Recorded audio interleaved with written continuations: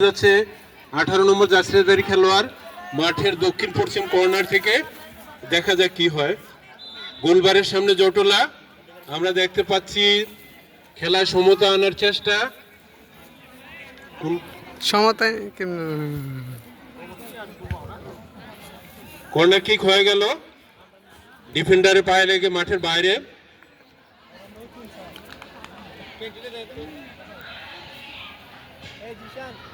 Throwing দক্ষিণ প্রান্ত থেকে থ্রুই হলো, দেখা যায় কি হয়। গুমতির রক্ষণভাগের খেলোয়াড়ের পায়ে বল, আর সুরমা কম এক না কম মনে চেষ্টা, দেখা যাক কি হয়।